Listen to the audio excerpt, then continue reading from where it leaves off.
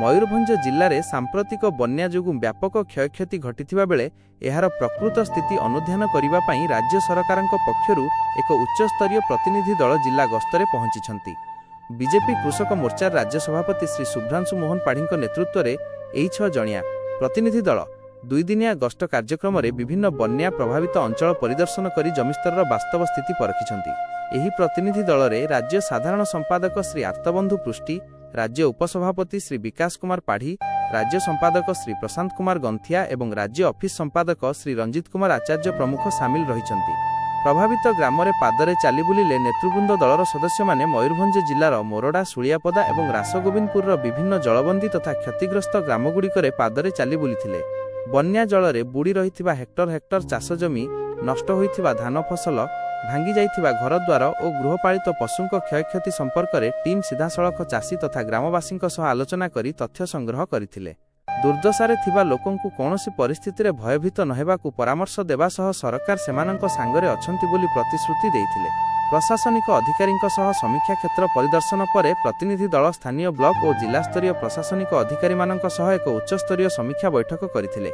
बन्यारे होइथिबा समस्त क्षयक्षतिर सठिक आकलन करी एक विस्तृत रिपोर्ट तुरंत राज्य सरकारंक निकटकु पठाइबाकु अधिकारी मानंकु निर्देश दिया जायछि, जहाद्वारा क्षतिग्रस्त चाषी और परिवार गुड़िक शीघ्र आर्थिक सहायता, रिलीफ और क्षतिपूरण जोगाई दि जाइपारिबो। उपस्थित कार्यकर्ता और नेतृवृंद एही 2 दिनिया गस्त कार्यक्रम में राज्य संपादक श्री शिरीष महांत, जिला कृषक मोर्चा सभापति श्री टुनाराम थयाल, मयूरभंज कृषक मोर्चा पश्चिम सभापति श्री जोगेन्द्र महांत, उपसभापति श्रीमती जयंती मणिसी, जिला संपादक श्री कमल लोचन राय, श्रीमती स्नेहलता सी एवं कोषाध्यक्ष श्री अभिजित पंडा प्रमुख उपस्थित रही सहयोग करथिले। एहा सहित मंडल सभापति श्री प्रकाश चंद्र महांत, श्री अरुण कुमार बेहेरा, श्री पंचानन महांत, श्री सुनील महांती, श्री करुणाकर महांत, श्री सुरेंद्रनाथ महांतଙ୍କ समेत बहु स्थानीय कार्यकर्ता उपस्थित रही बन्या विपन्नଙ୍କ समस्या उपस्थापन करथिले। प्रतिनिधि दलर नेतृवृंद समस्त प्रभावित लोकंकु उचित सहायता जोगाई देबाकु दृढ़ प्रतिश्रुति दैछंती। मयूरभंज गस्तरे आमर किसान मोर्चा टीम राज्य निर्देश क्रमे आसी समस्त बन्या अंचल बुलिलु। काली गलु बड़साई, आज आपणकर मोरडा एवं रासगोविंदपुर आसी पहुँचलु। ये व्यापक क्षति होती, थरे नुह 2 थर बन्या आसिला।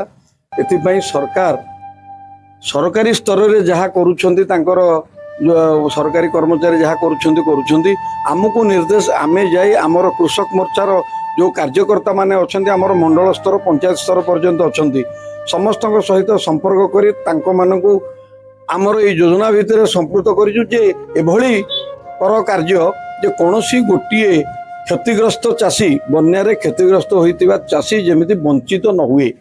एवं आमर प्रिय मुख्यमंत्री 2 दिन तले आपणकर 1000 कोटी टंका ए बन्या समस्त साहाय्य सहयोग पाई सैंक्शन करिसेंती। से किभली भाव में ठीक रे लोक मानक पाखे पहुँचबो एवं जमती बाट मारण न होई ठीक तांको प्राप्य ठीक चाषी मानक पाखे पहुँचबो। कारण बन्यारे मुख्यतः चाषी माने क्षतिग्रस्त होती एवं चाषी माने हेले आम समाजर 70-80 भाग लोक चाषी।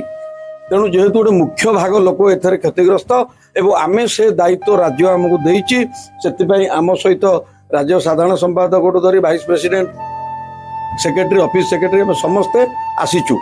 तेणु आसिकी आम कृषक मोर्चार कार्यकर्ता माने सरकार एवं चाषी इनको मध्य सेतु भली काम करिवे, जेमिति कि ठीक भाव में चाषी माने समस्ते जो माने बन्या क्षतिग्रस्त होइछन्ति समस्ते उपकृत हेबे।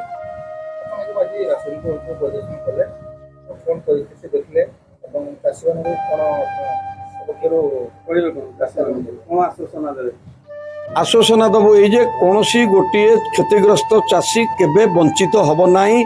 भारतीय जनता पार्टी सरकार रे आम सरकार चाषी मानक सहित अच्छी। चाषी आ चाष पाई संपूर्ण भाव में ए मोहन सरकार समर्पित। आपण माने देखुथिबे चाष जेते क्षतिग्रस्त जोटी जहाँ सरकारी स्तर में जेते प्रकार सर्वे जहाँ माने बुली बुली तांकर सर्वे करिया कथा करूछंती।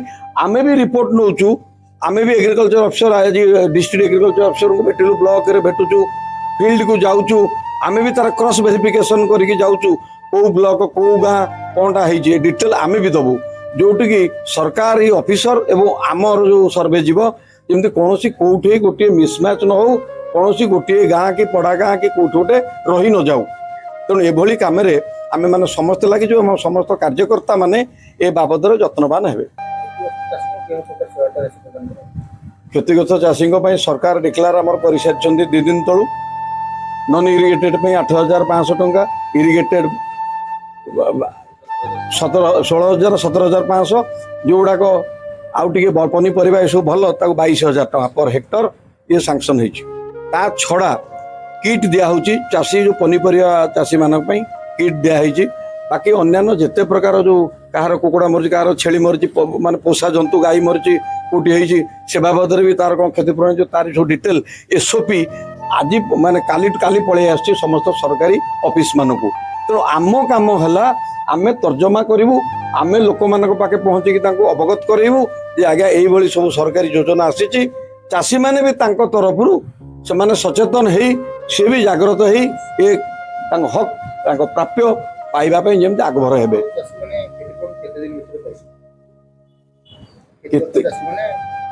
ଯଥାଶୀଘ୍ର ପାଇବେ। ୟା ପାଇଁ କିଛି ଦିନ ନାହିଁ ଆଜ୍ଞା, 2 ଦିନ 5 ଦିନ ହେଇପାରିବ ନାହିଁ, କାରଣ ଏଇଟା ଡିପେଣ୍ଡ କରୁଛି ସରକାର ପ୍ରୋସେସ ଉପରେ। କିନ୍ତୁ ଆମ ସରକାର ଜଲ୍ଦି ପାଇବା ପାଇଁ ଚାଷୀମାନେ ଯେଉଁ ଡିବିଟି ମାଧ୍ୟମରେ ପଇସା ଦିଆଯାଉଛି, ଯାହାର ଯେତିକି ରିପୋର୍ଟ ଯେତେ ଶୀଘ୍ର ପହଞ୍ଚିବ ସେତେ ଶୀଘ୍ର ପଇସା ଆସିବ। କାରଣ ଟଙ୍କା 1,000 କୋଟି ଟଙ୍କା ଯେଉଁ ସାଙ୍କସନ୍ ହେଇକି ରହିଛି ଇଏ ରିପୋର୍ଟ ଗଲା ମାନେ ରିଲିଜ ହବ। ତେଣୁ ୟା ପାଇଁ ସ୍ପେସିଫିକ କହିପାରିବେନି କୋଉ ଏରିଆରେ କେତେରେ ପହଞ୍ଚିବ। ଇନକ୍ୱାରି ହବ ଆପଣଙ୍କର ରାଜ୍ୟସ୍ତରୀୟ କମିଟି ହବ ନା ଜିଲ୍ଲାସ୍ତରୀୟ ନା ବ୍ଲକ ସ୍ତରୀୟ କମିଟି ତର୍ଜମା କରିବେ? କାହାର କ୍ଷତି କେତେ କ୍ଷତି କ'ଣ ହେଇଛି କିଏ କରିବ ତର୍ଜମା? ଇଏ ରାଜ୍ୟରେ ହବ। ସରକାରୀ କର୍ମଚାରୀ ମାନେ RI ଠୁ ତହସିଲଦାର ଠୁ ଏଗ୍ରିକଲଚର ଅଫିସର, ହର୍ଟିକଲଚର, ଫିସରୀ ଯିଏ ଯେତେ ପ୍ରକାର ଅଛନ୍ତି ଗ୍ରାଉଣ୍ଡ ଲେବୁଲରେ ଚାଷୀମାନଙ୍କ ସହିତ ସେମାନେ ତାଙ୍କର କ୍ଷତି ପରିମାଣ କୋଉଟା କେତେ ଆକଳନ କରିକି ଦେବେ। ସେଇ ଅନୁସାରେ ରାଜ୍ୟରୁ ରିଲିଜ ହବ।